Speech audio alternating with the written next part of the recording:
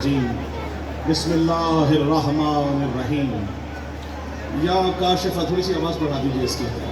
یا کاشف الکرب عن وجہ الحسین علیہ السلام اکشف کربی بحق اخیک الحسین علیہ السلام. بلندتر صلوات اللہ صلی اللہ محمد وعلی محمد.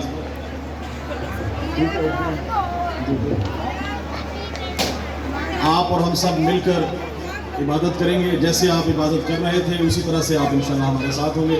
جو دور کھڑے ہیں وہ نزدیک آ جائیں تاکہ مل کے بلا فصل کے ماننے والے ہیں تو فصل درمیان میں نہیں ہونا چاہیے.